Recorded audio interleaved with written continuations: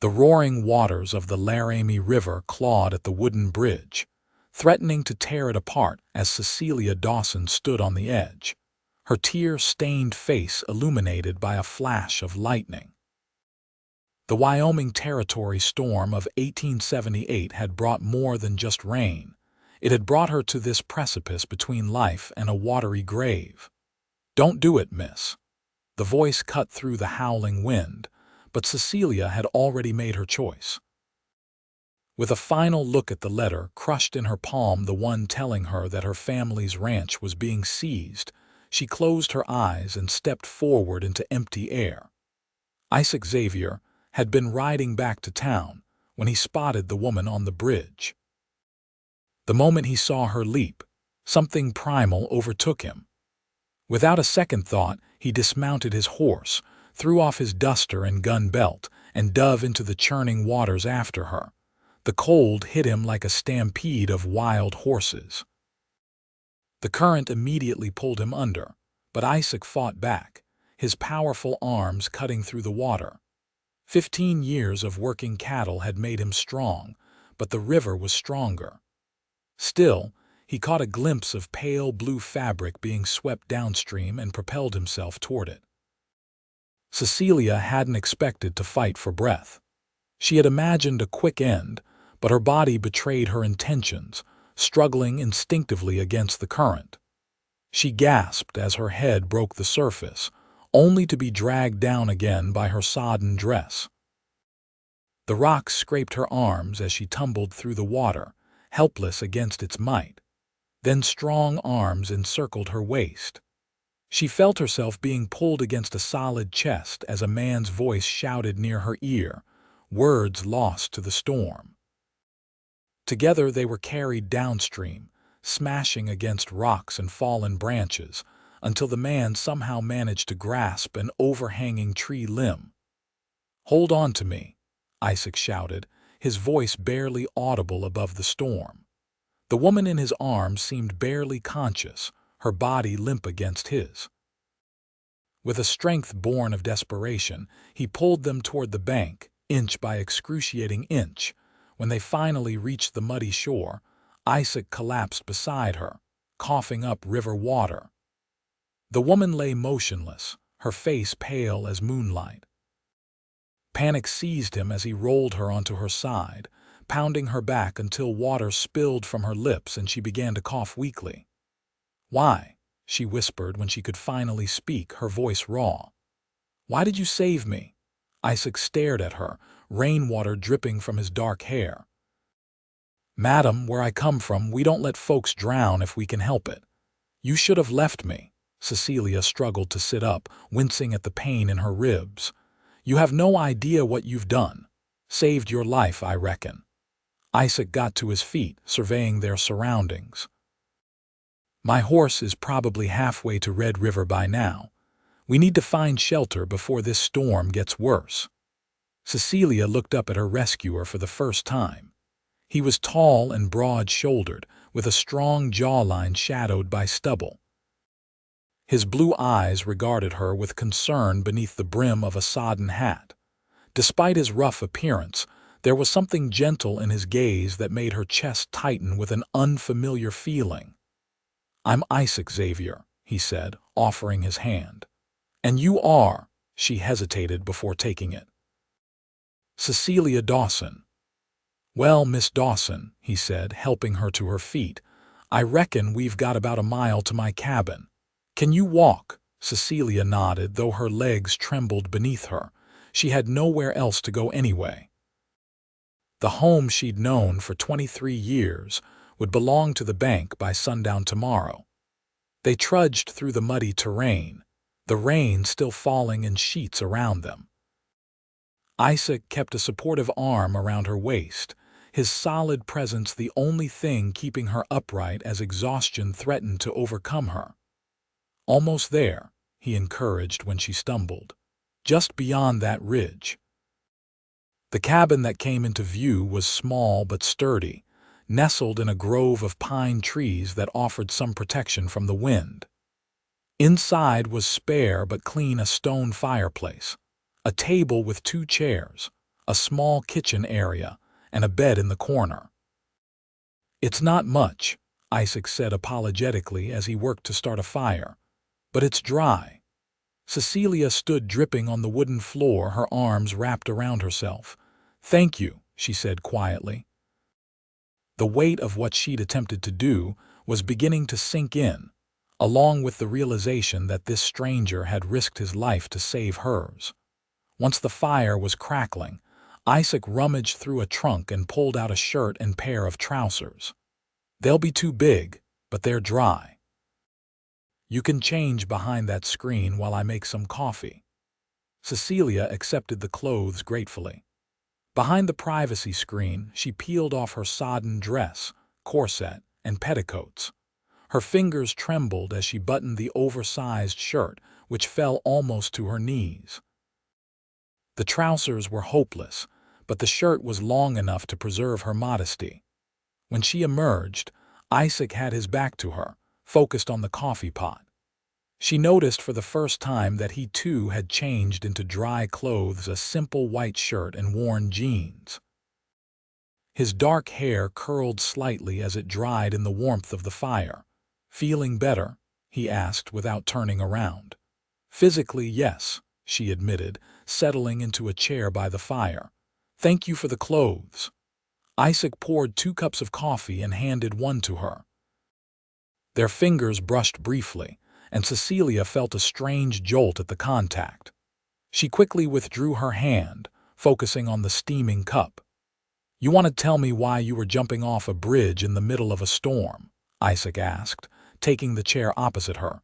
Cecilia stared into the flames. "My father died 6 months ago, left the ranch with debts I didn't know about." Her voice was hollow. "I tried everything to keep it afloat, took odd jobs, sold what I could spare. It wasn't enough." Isaac listened silently as she continued. "Today I got the final notice. The bank is taking everything tomorrow." Her hands tightened around the mug. "That land has been in my family for 3 generations. Without it, I have nothing. So you figured dying was better than starting over?" There was no judgment in his tone, just a quiet question. "I figured dying was better than watching everything my family built disappear." Cecilia finally looked at him. "What would you do if you lost everything that defined who you are?" Isaac's eyes reflected the dancing flames. "I'd remember that who I am isn't just about what I own." The simplicity of his answer struck Cecilia speechless. She looked away, uncomfortable under his steady gaze. "You should rest," he said after a moment. "Take the bed, I'll sleep by the fire." "I couldn't possibly, I insist," he said firmly. "You've been through enough today." Too exhausted to argue, Cecilia nodded gratefully. As she slipped beneath the warm blankets, the scent of pine and leather surrounded her, his scent. Despite everything, she felt safe for the first time in months. Sleep claimed her almost immediately. Isaac watched her from his place by the fire. Her face in repose looked younger, the worry lines smoothed away. What kind of desperation drove a woman to such extremes? He had known his share of hardship, but never to the point of giving up. There was something about her determination, even in despair, that intrigued him.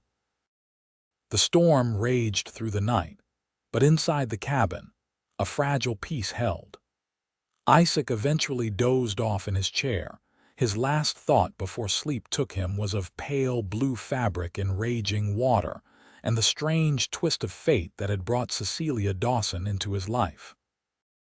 Morning came with gentle persistence, sunlight streaming through the cabin's small windows. Cecilia woke disoriented, momentarily forgetting the events of the previous day. Reality crashed back when she saw Isaac at the stove, frying bacon. "Good morning," he said when he noticed her stirring. "Hungry," her stomach answered with an embarrassing growl. She realized she hadn't eaten since breakfast the day before. "I'll take that as a yes," Isaac said with a slight smile, setting a plate of bacon and biscuits on the table. Cecilia self-consciously smoothed her hair, acutely aware of her disheveled appearance. Do you have a mirror? And perhaps a comb? Isaac nodded toward a small shaving mirror hanging near the door. Not much for primping here, but there's a comb on the shelf below it. As she attempted to tame her tangled auburn hair, Cecilia studied her reflection. Her green eyes looked back at her, shadowed but clear. The bruise on her cheekbone from a collision with a rock in the river was turning purple. She looked like a different woman from the one who had stood on the bridge yesterday, perhaps in some ways. She was. They ate in companionable silence, the only sounds the chirping of birds outside and the occasional crackle of the fire. Cecilia couldn't remember the last time food had tasted so good. "What will you do now?" Isaac finally asked. Cecilia set down her fork. "I don't know," she admitted. "I have an aunt in Denver, but we haven't spoken in years. I'm not sure she'd welcome me." "Red River's a growing town," Isaac offered. "Might be work there for someone willing." "What kind of work could I possibly do? I've spent my life on a ranch. I can birth a calf and mend fences, but I doubt that's much use in town." "You'd be surprised," Isaac said. "The hotel's always looking for help, or the general store. Mrs. Pemberton, who runs it, is getting on in years." Cecilia stared at him. "Are you suggesting I stay in Red River? Unless you've got better prospects elsewhere." His blue eyes met hers steadily. "The way I see it, you've got two choices: give up or start again." "It's not that simple," she protested. "Never said it was simple," Isaac replied, rising to clear their plates. "Just said those are your choices." Cecilia fell silent, considering his words. She had been so focused on what she was losing that she hadn't thought about what might come next. The prospect of building a new life was terrifying, but a tiny flicker of possibility ignited within her. "I need to go back to the ranch," she said suddenly. "Just once more. There are things. Personal things I need to get before the bank takes everything." Isaac nodded. "We'll need to find my horse first, assuming he's gone back to town. Then I can take you." "Why are you helping me?" Cecilia asked, the question that had been troubling her since he pulled her from the river. "You don't even know me." Isaac paused, considering her question. "My pa taught me that a man's measure isn't in what he takes, but in what he gives." He shrugged, slightly embarrassed.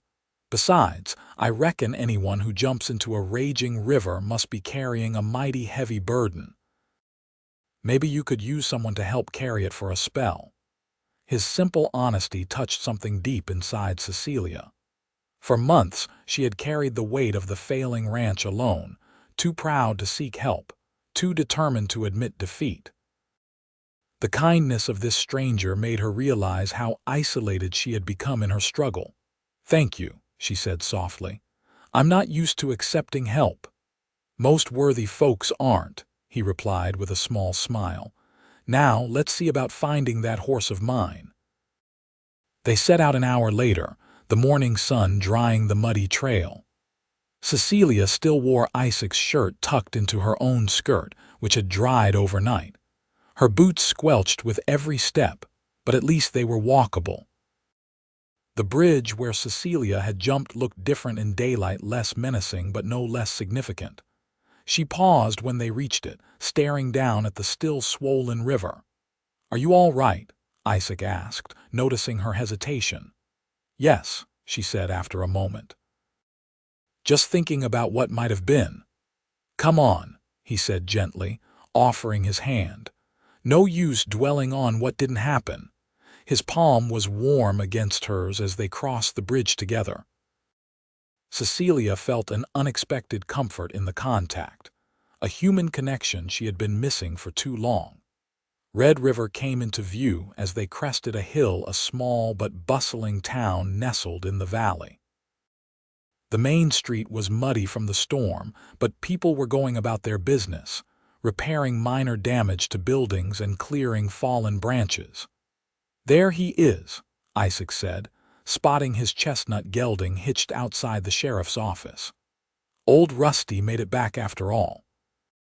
The sheriff, a grizzled man named Hank Johnson, was standing on the porch. He raised an eyebrow at the sight of them. "Found your horse causing trouble in town, Xavier," he called. "And it appears you found something else." Isaac ignored the implication in the sheriff's tone. "Miss Dawson had an accident at the river. I was helping her out." Sheriff Johnson's expression softened when he looked at Cecilia. "John Dawson's girl, aren't you? Heard about your troubles with the bank. Sorry about that." Cecilia stiffened. "News travels fast." "Not much happens around here that folks don't talk about," the sheriff replied. "Your daddy was well respected. People were sorry to hear about the foreclosure." The reminder of her public failure stung, but Cecilia lifted her chin.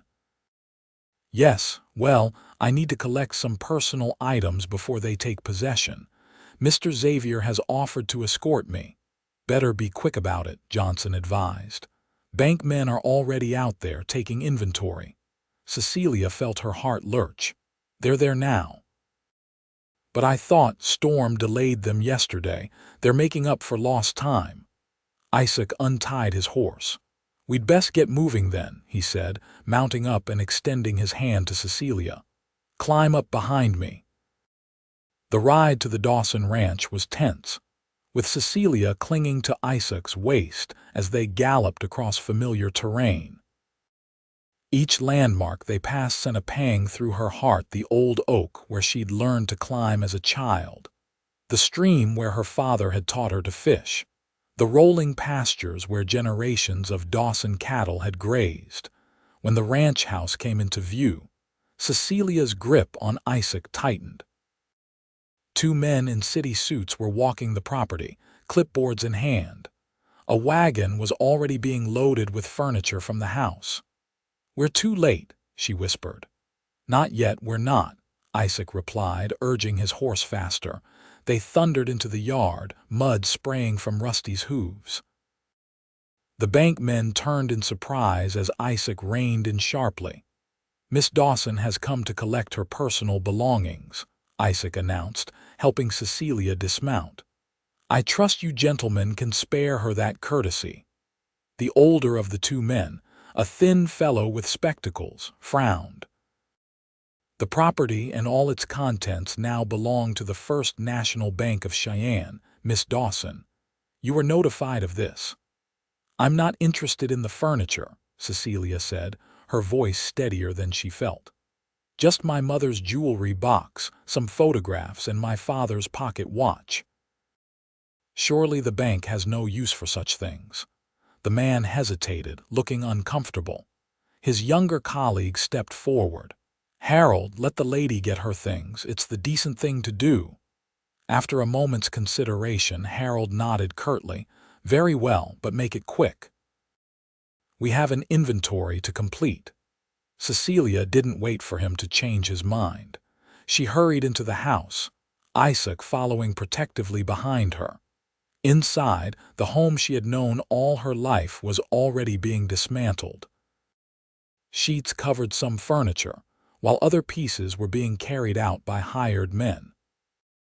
She moved quickly through the house, gathering the few precious items she couldn't bear to lose: the small cherry wood jewelry box that had been her mother's, the family Bible with generations of births and deaths recorded inside, a handful of daguerreotypes in silver frames, and her father's gold pocket watch. Into a carpet bag she hastily added a few changes of clothes and the quilt her grandmother had made for her. In her father's study, she paused before the portrait of her parents on their wedding day. Her mother, beautiful in her white dress, had died when Cecilia was just 12. Her father had never remarried, devoting himself to the ranch and to raising his only daughter. "I'm sorry, Pa," she whispered. "I tried to save it." "He would be proud of you," Isaac said quietly from the doorway, "for fighting as hard as you did." Cecilia turned, surprised to find her cheeks wet with tears. "I failed him." "No," Isaac said firmly. "The bank, the drought, the cattle prices, they failed you both. There's no shame in what happened here." His words loosened something tight within her chest. For months she had carried the burden of guilt, believing that if she had been smarter or worked harder, she could have saved the ranch. Perhaps it was time to accept that some things were beyond her control. "I'm ready," she said, taking one last look around the room. Outside, the bank men watched impatiently as Cecilia secured her bag to Isaac's saddle. The younger one approached her hesitantly. "Miss Dawson, I wanted to say, my father knew yours. He always spoke highly of John Dawson." Cecilia nodded stiffly, unable to speak past the lump in her throat. The simple kindness threatened to undo her composure. Isaac helped her mount behind him. "Where to?" he asked softly. Cecilia looked back at the only home she had ever known, memorizing its lines against the blue Wyoming sky. "Anywhere but here," she whispered. They rode in silence back toward Red River, the weight of Cecilia's grief hanging between them. Isaac didn't try to fill the quiet with empty reassurances, and she was grateful for that. Some losses needed to be felt fully before they could be survived.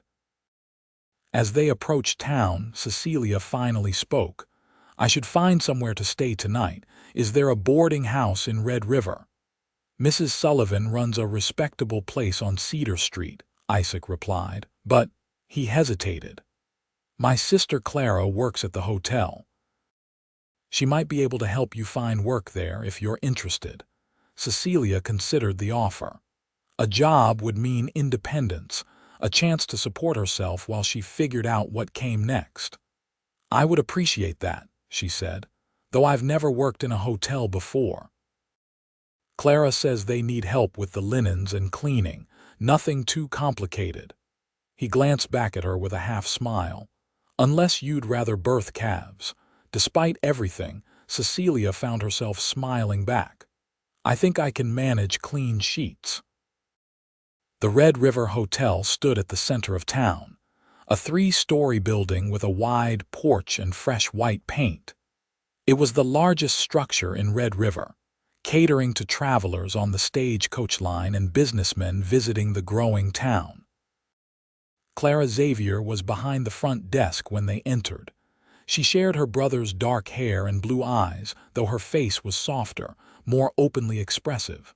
Her eyebrows rose at the sight of Cecilia in her brother's shirt. "Isaac, what's this?" she asked, coming around the counter. "Clara, this is Miss Cecilia Dawson. She's in need of work and a place to stay." "Cecilia, my sister Clara." Clara's expression shifted from surprise to warmth. "John Dawson's daughter. I heard about the ranch. I'm so sorry." Cecilia was growing weary of sympathy, but she managed a polite nod. "Thank you. Your brother mentioned you might know of work available here." "We're short-handed since Betsy Moore left to get married," Clara confirmed. "Mrs. Whittaker was just saying this morning she needs someone reliable." She studied Cecilia thoughtfully. "Have you ever worked in a hotel?" "No, but I'm a quick learner and not afraid of hard work." Clara smiled. "Let me talk to Mrs. Whittaker. Wait here." As Clara disappeared through a door marked private, Cecilia became acutely aware of her bedraggled appearance. "I must look a fright," she murmured, touching her tangled hair self-consciously. "You look like someone who survived drowning," Isaac replied. "Most folks wouldn't manage that half so well." Before Cecilia could respond, Clara returned with an older woman in a severe black dress, her gray hair pulled back in a tight bun. Mrs. Whittaker's shrewd eyes assessed Cecilia from head to toe. "Miss Dawson," she said without preamble, "Clara tells me you're seeking employment." "I run a respectable establishment. I expect punctuality, diligence, and proper behavior from my staff." "Yes, madam," Cecilia replied, straightening her posture despite her exhaustion. "The position includes room and board plus $2 a week," Mrs. Whittaker continued. "You'll share a room with Clara in the staff quarters.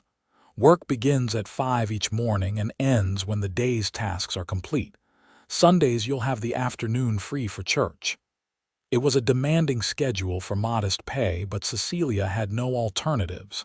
"That's very fair. Thank you, Mrs. Whitaker nodded briskly. "You can start tomorrow. Clara will show you your duties." Her gaze flickered to Cecilia's attire. "And find you something more appropriate to wear." After the hotel manager departed, Clara smiled sympathetically. "Don't mind her manner. She's fair if strict."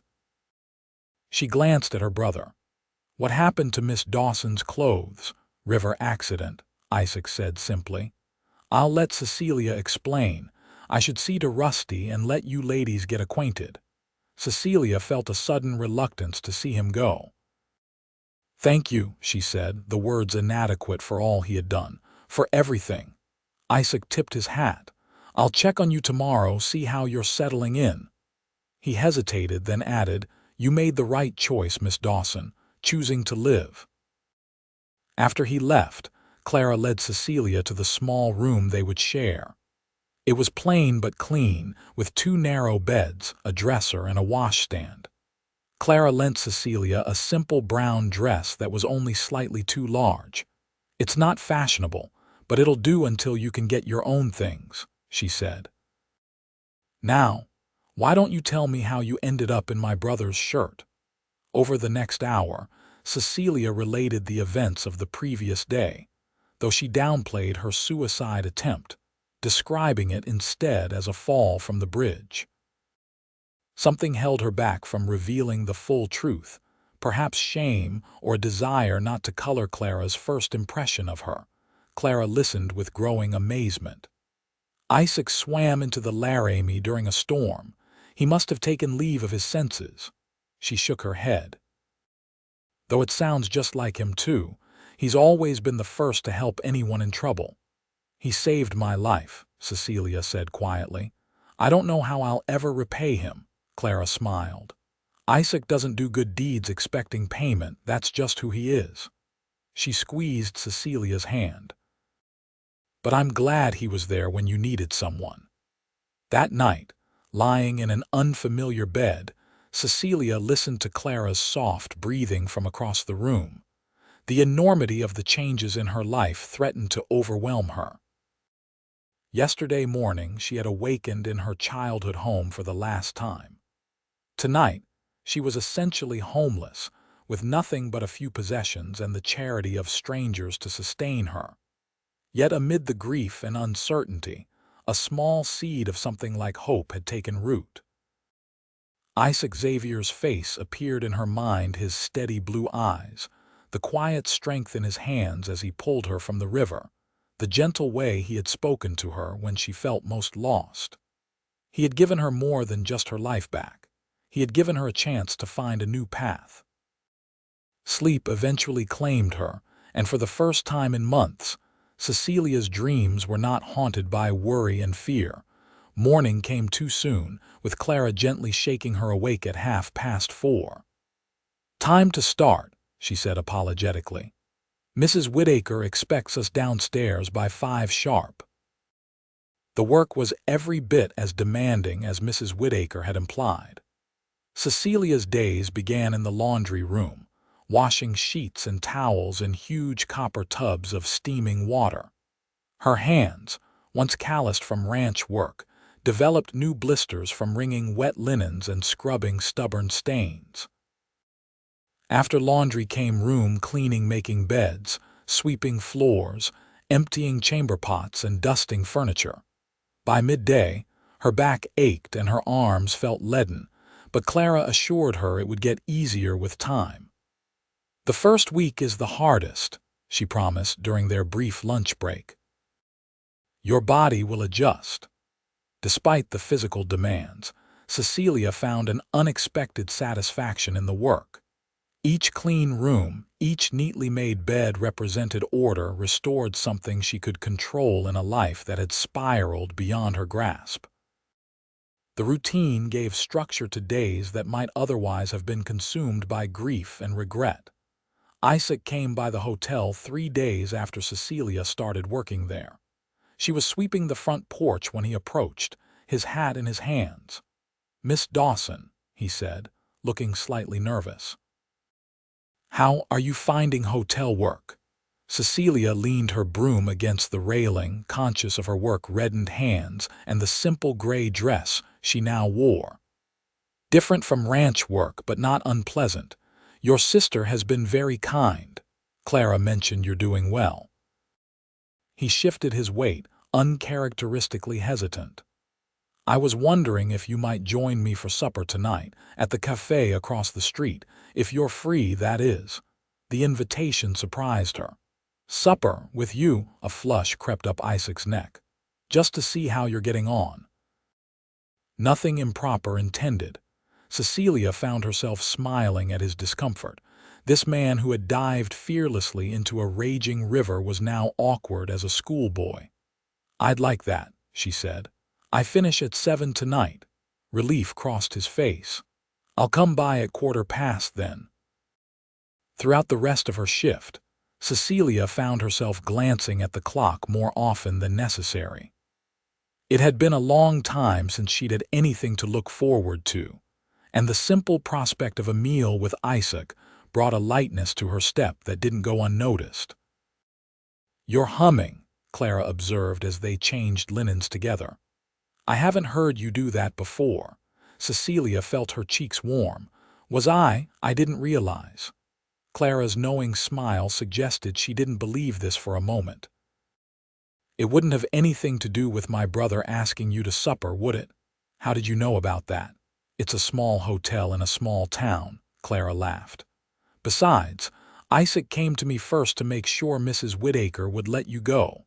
Cecilia bit her lip. It's just a friendly meal. Of course it is, Clara agreed, though her tone implied otherwise.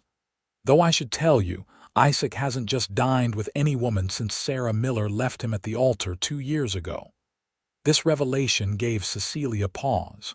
He was engaged, Clara nodded, her expression growing serious.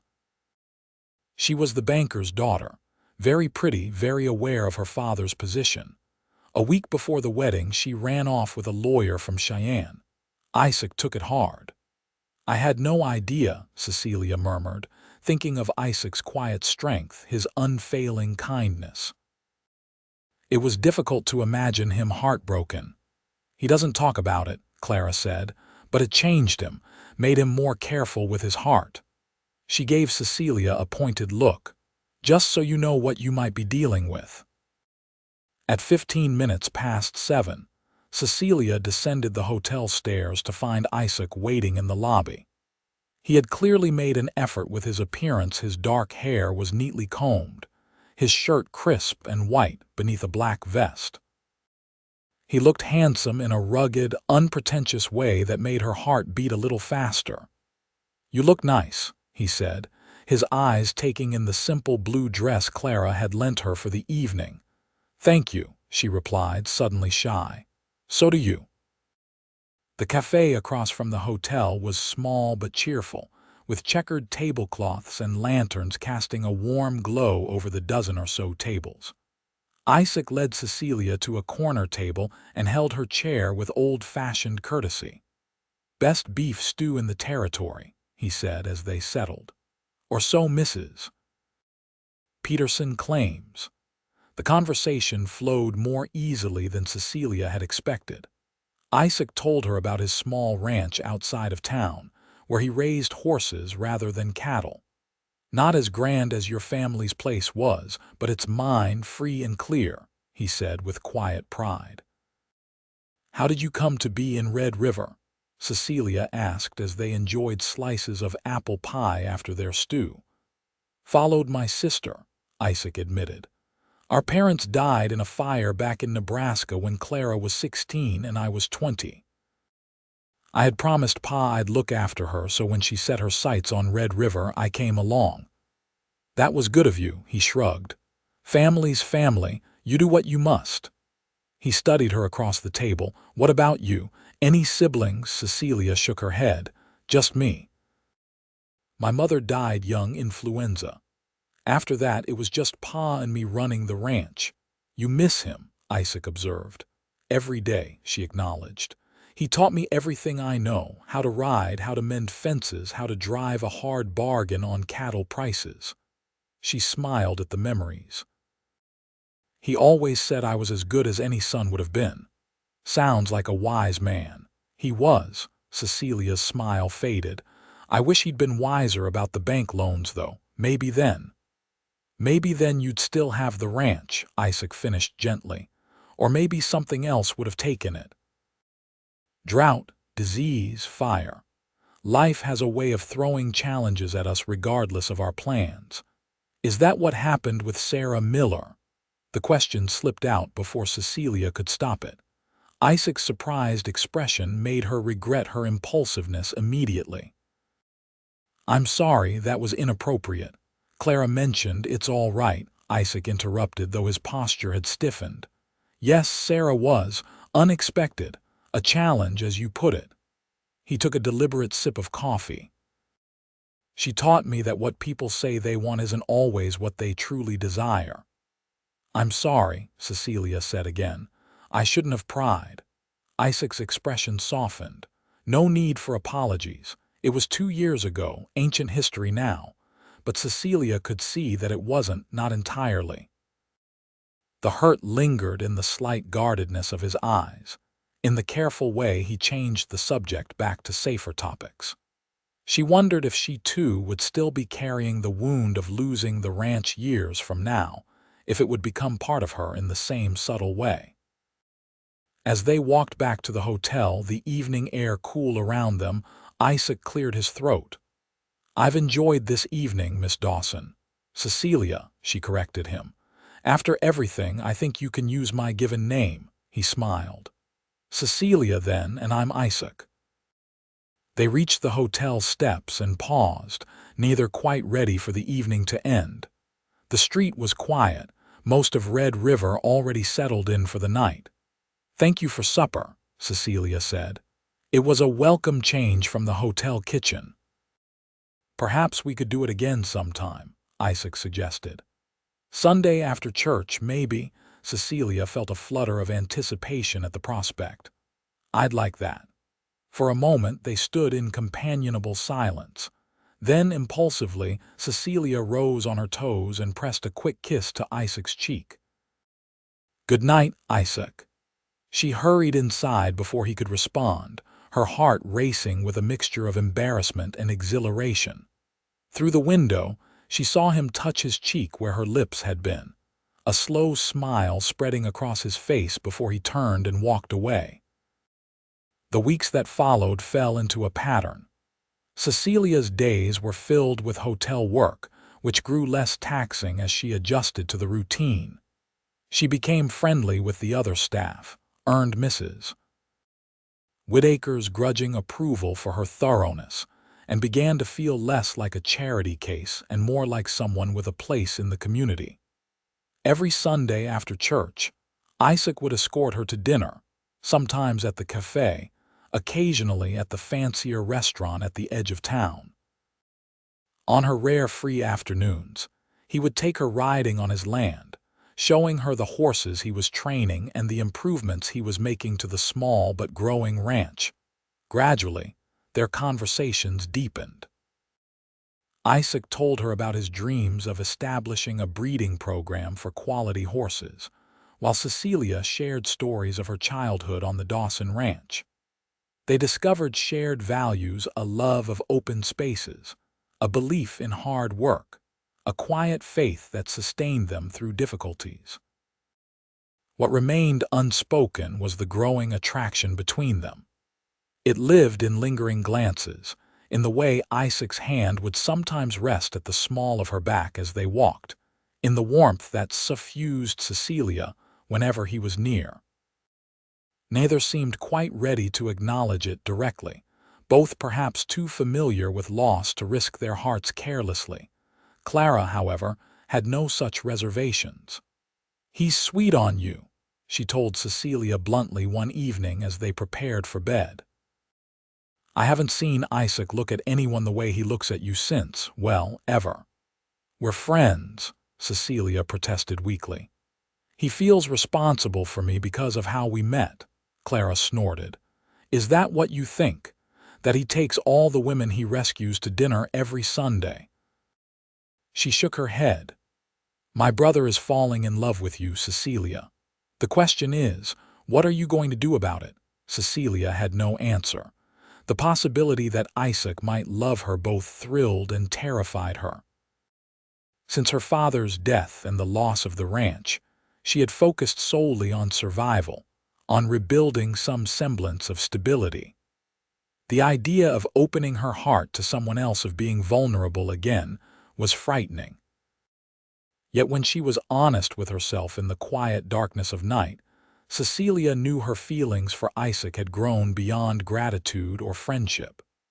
She thought about him constantly, his steady presence, his quiet humor, the strength and gentleness that seemed so naturally balanced in him. She had come to Red River broken and despairing. Isaac had shown her that life could still hold beauty and purpose. Summer faded into autumn, bringing cooler temperatures and the vibrant colors of changing leaves. Red River prepared for its annual harvest festival, a weekend of celebration that drew people from neighboring communities for contests, dancing, and community meals. You'll need a new dress, Clara declared a week before the festival. Something pretty for the dance. I can't afford anything new, Cecilia reminded her. In the 3 months since she'd started at the hotel, she had saved every penny possible, but her small cache of money was earmarked for more practical needs. We'll make one, Clara decided. I have that blue calico I was saving, and Mrs. Peterson has a pattern we can borrow. The project gave them something to work on during their limited free time, cutting fabric on Clara's bed and stitching by lamplight after their shifts ended. Cecilia hadn't sewn anything for pleasure since before her father's illness, and she found unexpected joy in the creative work. The dress they produced was simple but lovely, a deep blue that complemented Cecilia's auburn hair, with a modest neckline and full skirt perfect for dancing. When she tried it on the night before the festival, Clara clapped in delight. Isaac won't know what hit him, she declared. You look beautiful, Cecilia. Cecilia studied her reflection in the small mirror. The woman who looked back at her had changed from the desperate soul who had stood on the bridge that stormy night. There was color in her cheeks now, and a quiet confidence in her posture. For the first time since her father's death, she felt something like hope for the future. The Harvest Festival began on Saturday morning with a parade down Main Street. Decorated wagons, riders on horseback, and the town's small brass band created a festive atmosphere. Cecilia watched from in front of the hotel with Clara and the other staff, waving as Isaac rode past with a group of local ranchers. He found her later at the pie contest, where she was helping to arrange the entries. "Save me a dance tonight," he asked, looking uncharacteristically nervous. "Of course," she promised, her pulse quickening at the thought. The dance was held in the town hall, its plain interior transformed by autumn decorations, dried cornstalks, pumpkins, and paper lanterns strung from the rafters. A 5-piece band played lively tunes while couples twirled across the wooden floor. Isaac was waiting for Cecilia when she arrived with Clara. His eyes widened appreciatively at the sight of her in the new blue dress. "You look." He seemed to struggle for words. "Beautiful doesn't quite cover it." Cecilia felt a blush rise to her cheeks. "Thank you. You clean up rather well yourself." It was true in his dark suit and crisp white shirt. Isaac cut a striking figure. They danced every dance that propriety allowed, from spirited reels to gentle waltzes. Cecilia found herself laughing more than she had in months, caught up in the music and the solid feel of Isaac's hand in hers. During a particularly lively tune, he swung her so enthusiastically that she became dizzy, clutching his shoulders for support. "Sorry," he said, steadying her with strong hands at her waist. "Got carried away." "Don't apologize," she replied breathlessly. "I'm enjoying myself." As the evening progressed, the band shifted to slower melodies. During one such song, Isaac held Cecilia closer than before, his hand warm against the small of her back. They moved together with surprising harmony, as though they had danced this way 100 times before. "I never thanked you properly," Cecilia said softly, looking up at him, "for saving my life that day." "You don't need to thank me," Isaac replied. "I'm just grateful I was there." "So am I," she admitted, "more than I can say." The music continued around them, but neither was fully aware of it anymore. Something had changed in the air between them, a tension both sweet and urgent. Isaac's gaze dropped to Cecilia's lips, then back to her eyes, a question in his expression. Before either could speak, the moment was interrupted by a commotion at the entrance to the hall. A man's angry voice rose above the music, causing heads to turn. Cecilia froze as she recognized the speaker. Harold Blackwood, the bank representative who had taken her family's ranch, was arguing with Sheriff Johnson. Even from across the room, Cecilia could see that Blackwood was intoxicated, his face flushed and movements unsteady. "What's he doing here?" she whispered, unconsciously gripping Isaac's arm tighter. "Blackwood's been in town all week, overseeing some bank business," Isaac explained, his expression darkening. "Looks like he's had too much to drink." The sheriff was attempting to persuade Blackwood to leave peacefully, but the banker was becoming increasingly belligerent. Suddenly, his gaze landed on Cecilia, and his expression shifted from general irritation to focused malice. "There she is," he exclaimed, pointing. "Dawson's girl, living it up while decent folks lost money on her father's bad debts." A horrified silence fell over the hall. Cecilia felt as though everyone was staring at her, judging her for dancing and enjoying herself when her family's financial failures had affected others in the community. Isaac stepped protectively in front of her. "That's enough, Blackwood. You've had too much whiskey. Time to go sleep it off." "Don't tell me what to do, Xavier," Blackwood sneered. "Everyone knows you've been sweet on her since she showed up in town. But did she tell you how many people her father swindled? How many investments went bad because John Dawson couldn't manage his affairs?" "My father never swindled anyone," Cecilia said, her voice trembling with anger as she stepped out from behind Isaac. "He was an honest man who worked hard all his life." Blackwood laughed, a harsh sound without humor. "Honest? He borrowed money he couldn't repay, left debts all over the territory. The bank was just the largest of his creditors." Each word was like a physical blow. Cecilia had known about the bank loans, of course, but her father had never mentioned other debts. Was it possible there was truth in Blackwood's cruel accusations? Before she could respond, Sheriff Johnson and 2 other men took firm hold of Blackwood and began escorting him from the hall. "That's quite enough," the sheriff said sternly. "You're disturbing the peace, Harold." As they dragged him toward the door, Blackwood called back. "Ask her about the missing cattle money, Xavier. Ask her why the books didn't balance when we took inventory." And then he was gone, leaving a stunned silence in his wake. Slowly, the murmur of conversation resumed, but Cecilia could feel curious glances directed her way. Her moment of happiness shattered, she turned to Isaac. "I need to leave," she said, her voice barely audible. Isaac nodded grimly. "I'll take you back to the hotel." Outside, the October night had grown chilly. Isaac draped his jacket over Cecilia's shoulders as they walked in silence through the darkened streets. Her mind was racing, trying to make sense of Blackwood's accusations. Had there been missing money? Had her father been less than honest in his dealings?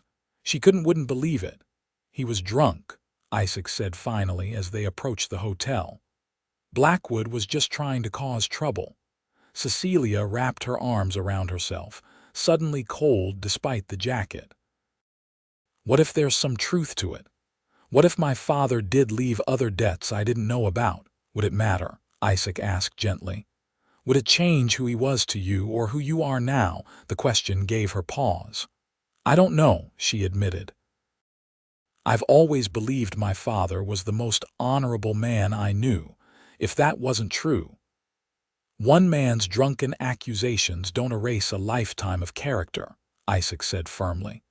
John Dawson raised a daughter with courage and integrity. That says more about him than anything Harold Blackwood might claim. His unwavering support touched Cecilia deeply. Thank you for believing in me and us when you have no reason to. They had reached the hotel entrance. Instead of saying good night as usual, Isaac took her hand in his. I have every reason, he said quietly. I've watched you rebuild your life these past months with grace and determination. I've seen your kindness to Clara and others. I know exactly who you are, Cecilia Dawson. The intensity in his blue eyes made her breath catch. And who is that? She whispered. A woman of remarkable strength, a woman who deserves far better than what life has handed her so far. He hesitated, then continued, his voice lower. A woman I've fallen in love with. The confession hung in the air between them, changing everything. Cecilia felt a surge of emotion so powerful, it nearly overwhelmed her, joy and fear and longing all tangled together. Isaac, she began, but he gently placed a finger against her lips. You don't need to say anything now, he told her. I just wanted you to know that whatever happens, whatever truth you might discover about your father or yourself, it won't change how I feel. Before Cecilia could respond, Isaac leaned down and pressed his lips to hers in a kiss so tender it brought tears to her eyes. It was brief but perfect, a promise, a beginning, a healing. Good night, Cecilia, he said softly, stepping back. Think about what I've said. She watched him walk away, her heart racing and her lips still warm from his kiss. Despite Blackwood's cruel interruption, despite the questions now swirling in her mind about her father, Cecilia found herself smiling as she entered the hotel. Isaac Xavier loved her. Somehow, that simple fact made everything else seem manageable. The following days brought both clarity and complications. Determined to learn the truth about her father's financial dealings, Cecilia visited Sheriff Johnson's office. I need to know if there's any substance to what Harold Blackwood said at the dance, she told him directly. Were there other creditors besides the bank? The sheriff sighed, looking uncomfortable. Your father had some outstanding debts with the feed store and the blacksmith, he acknowledged, but nothing that would justify Blackwood's characterization. And the missing cattle money he mentioned. That's more complicated, Johnson admitted. When the bank took inventory, they found discrepancies in the ranch accounts. Some sales weren't properly recorded. But that doesn't mean your father was dishonest. Record keeping isn't every rancher's strong suit. The explanation was reasonable, but Cecilia couldn't shake a nagging doubt. Her father had always been meticulous about his accounts, teaching her to record every penny that came in or went out. It seemed unlikely he would have been careless with cattle sales, the ranch's primary income. Is there any way I could see those records? She asked. The sheriff hesitated. They're bank property now, but... He considered for a moment. I could ask Judge Parker to request them as a matter of public record in a foreclosure. I would appreciate that, Cecilia said, relieved that she wouldn't have to approach Blackwood directly. 2 days later, Sheriff Johnson sent word that the records were available for her review at his office. Cecilia spent her afternoon off poring over the familiar ledgers in the sheriff's cramped back room. At first, everything seemed in order, her father's neat handwriting documenting expenses and income just as she remembered. But as she reached the entries from the months following his death, when she had taken over the ranch's management, Cecilia noticed subtle changes, numbers that didn't quite add up, records of cattle sales that seemed unusually low given the size of the herds. And then she found a page where the handwriting shifted slightly. Someone had altered the entries, changing numbers and dates in a way that would be noticeable only to someone intimately familiar with the books. The forgeries were skillful but unmistakable to Cecilia's eye. "Someone tampered with these," she told Sheriff Johnson, pointing out the discrepancies. "This isn't my father's writing, and it's not mine either." The sheriff examined the pages carefully. "You're right," he said finally. "These have been altered." He looked up at her, his expression grave. "Miss Dawson, do you know what this suggests?" "That someone wanted to make it look like money was missing," Cecilia said, her mind racing. "But why? The bank was going to take the ranch anyway because of the loans." "Unless they wanted to ensure there would be no possibility of you finding another investor to pay off the loans," the sheriff mused, "by making it appear the ranch was worth less than it was."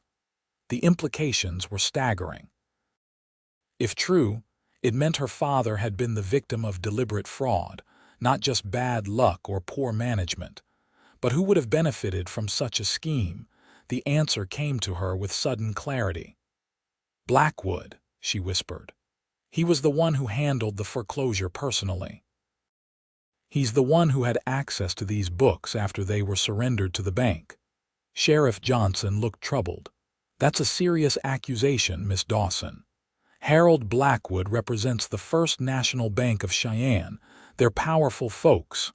"I know," Cecilia acknowledged. "But if he falsified records to ensure the ranch would be lost, that's a crime, isn't it?" "It is indeed," the sheriff agreed, "but proving it will be difficult." Cecilia gathered the ledgers with renewed purpose. "Then we'll need to find more evidence." Over the next week, Cecilia and Sheriff Johnson discreetly investigated her theory. They discovered that 3 other ranches in the territory had been foreclosed upon under similar circumstances, all handled personally by Harold Blackwood. In each case, the properties had been quickly resold at a profit to the same investment group, Frontier Holdings. And guess who has a controlling interest in Frontier Holdings? The sheriff said grimly when he returned from a trip to the county records office in Cheyenne. Harold Blackwood himself, along with 2 other bank directors. The scheme was now clear. Blackwood had been engineering foreclosures, manipulating records to prevent owners from finding alternative financing, then purchasing the properties at reduced prices through his investment group. It was fraud on a massive scale, and John Dawson had been just one of its victims. Armed with this evidence, Sheriff Johnson wired the federal marshal's office in Cheyenne. "This goes beyond my jurisdiction," he explained to Cecilia. "But the marshals take bank fraud seriously." Cecilia had told Isaac about her suspicions early in her investigation, and he had supported her efforts without hesitation. Now, as they waited for the marshals to respond, he insisted on staying close. "Blackwood knows you're asking questions," he said when she protested that she didn't need protection. "He's a desperate man with a lot to lose. I'm not taking chances with your safety." His concern proved justified when, 3 nights later, Cecilia woke to the smell of smoke. The hallway outside her room was already filled with thick black clouds as she shook Clara awake. "Fire!" she cried. "We need to get out." Together they stumbled down the service stairs, helping to wake other guests along the way. Outside, the Red River Hotel was engulfed in flames, the fire spreading rapidly through the wooden structure. Townspeople formed a bucket brigade from the nearby well, but it was clear their efforts would be insufficient. "Is everyone out?" Isaac appeared at Cecilia's side, his face smudged with soot. He had been staying at the boarding house across the street, keeping watch over the hotel. "I think so," Cecilia coughed, the smoke burning her lungs. "Mrs. Whittaker was doing a count."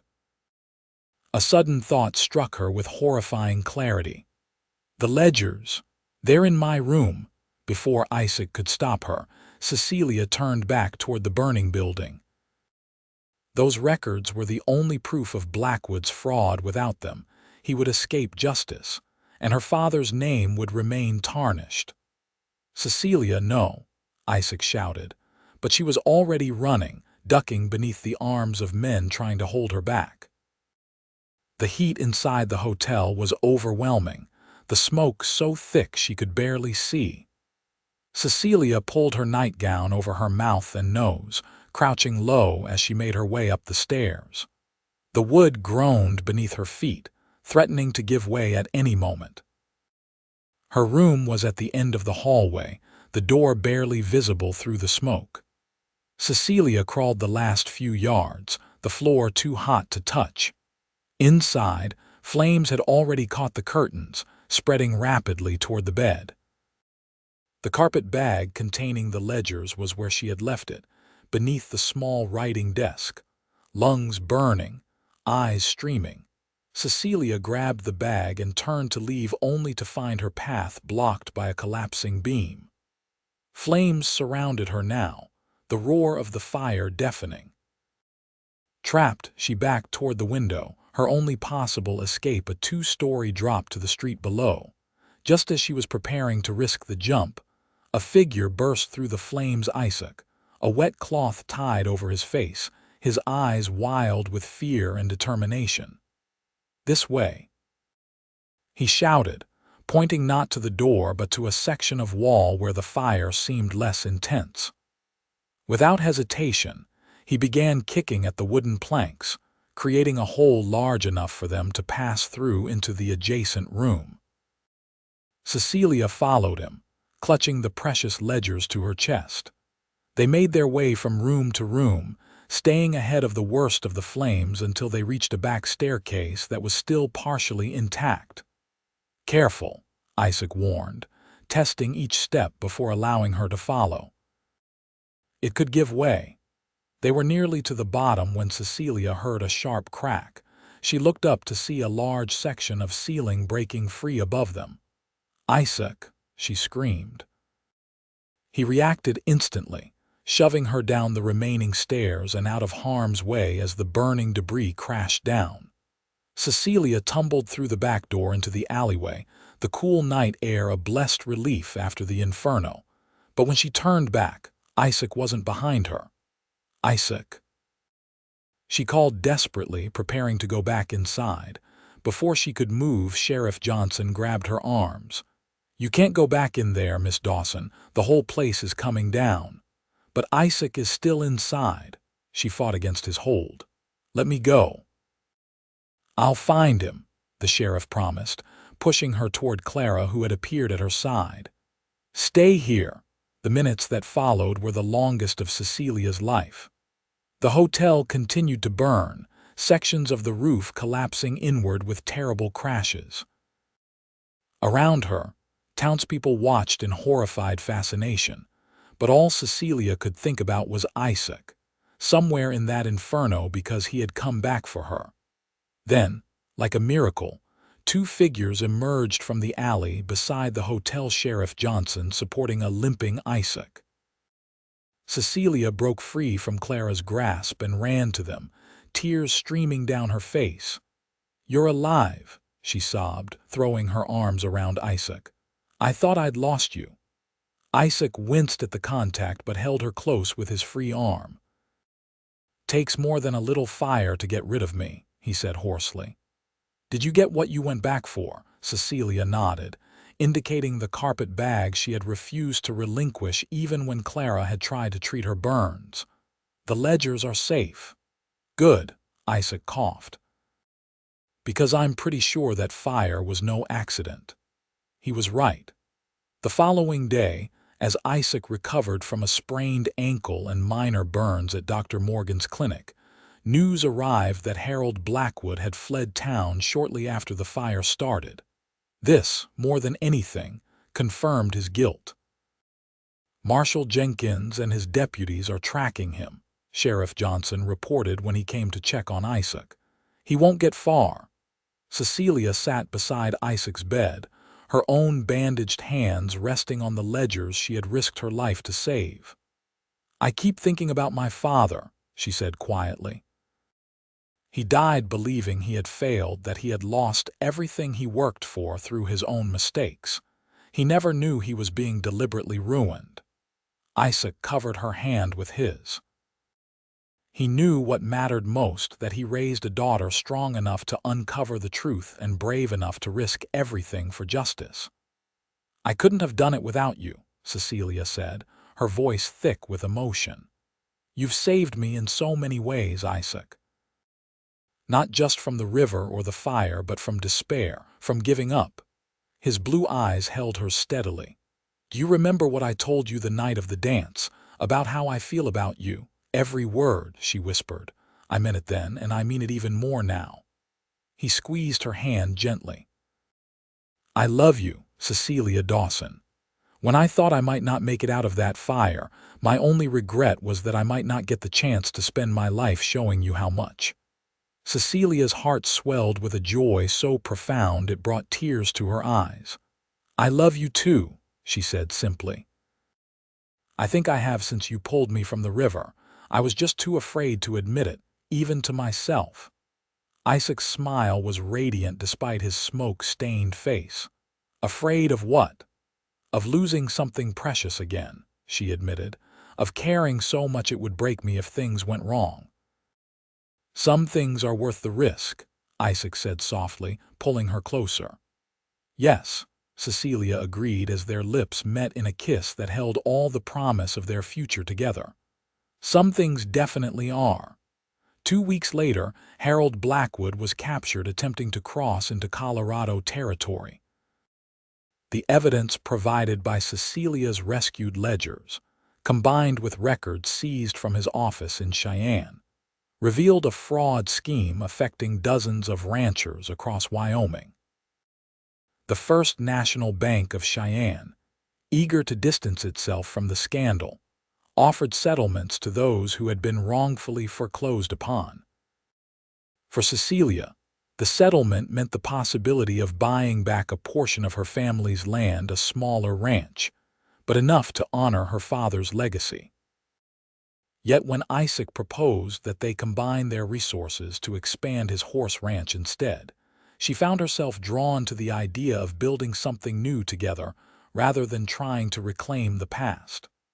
"Are you certain?" Isaac asked as they rode across his property one crisp November afternoon. "The Dawson Ranch has been in your family for generations. I would understand if that's where your heart is." Cecilia looked around at the rolling hills of Isaac's land, the sturdy barn he had built with his own hands, the clear creek that meandered through the property. "My father always said home isn't about the land itself, but the people who share it," she replied. "My heart is here now with you." They were married on Christmas Day, 1878, in Red River's small church, with Clara as maid of honor and the townspeople who had become Cecilia's friends in attendance. The hotel had not been rebuilt yet, but Mrs. Whitaker, now operating a smaller boarding house, had helped sew Cecilia's wedding dress, a creation of ivory satin far more elegant than anything she could have afforded on her own. "Consider it my gift, Mrs. Whitaker had said gruffly when Cecilia protested the expense. "After all, if you hadn't gone back for those ledgers, we might never have known who burned down my hotel." As Cecilia walked down the aisle toward Isaac, she found herself thinking of how far she had come from that desperate night on the bridge. The path that had led her here had been painful, marked by loss and struggle, but it had brought her to a man who loved her with unwavering devotion, to friends who had become like family, and to a future filled with possibilities she could never have imagined. Isaac's eyes shone with love as he took her hands in his before the altar. "Ready for a new adventure," he whispered. "With you?" "Always," she replied, her heart full to overflowing, their life together unfolded with the changing seasons. They expanded the horse ranch, building a reputation for quality stock that drew buyers from as far as Denver. The settlement money from the bank fraud case allowed them to add comfortable rooms to Isaac's cabin, transforming it into a proper home where they welcomed friends and, in time, family. Clara married Dr. Morgan the following summer and settled permanently in Red River, giving Cecilia the sister she had never had. Sheriff Johnson retired but remained a close friend and advisor, often joining them for Sunday dinners where they would reminisce about the events that had brought them all together. 2 years after their wedding, Cecilia gave birth to their first child, a son they named John, in honor of her father. A daughter, Elizabeth, followed 18 months later, and another son, Michael, 2 years after that. Their home rang with children's laughter, with stories told around the hearth on winter evenings, with the simple joys of a life built on love and mutual respect. On the 5th anniversary of the day Isaac had pulled Cecilia from the river, they picnicked beside that same spot, now tranquil in the summer sunshine. Their children played nearby, watched over by Clara, who had joined them for the day. "You ever think about it?" Isaac asked as they sat side by side on a blanket, watching the water flow peacefully beneath the rebuilt bridge. "What might have happened if I hadn't been riding by that day?" Cecilia leaned against his shoulder, secure in the warmth of his presence. "I used to," she admitted. "But now I prefer to think about what did happen, how that moment changed everything, how it led us here." Isaac's arm tightened around her waist. "When I saw you jump, I didn't think I just dove in after you. Best impulsive decision I ever made." "And the bravest," Cecilia added, turning to face him. The years had added a few lines around his eyes, a touch of silver at his temples, but his gaze still held the same steady strength that had anchored her through the darkest times. "You saved more than my life that day, Isaac Xavier. You saved my heart. And you gave me back mine," he replied, gently brushing a strand of hair from her face. "After Sarah left, I never thought I'd trust enough to love again. But from the moment I pulled you from the water, something changed. It was as if the river washed away my doubts." Their conversation was interrupted by 3-year-old John running up to them, his face alight with excitement.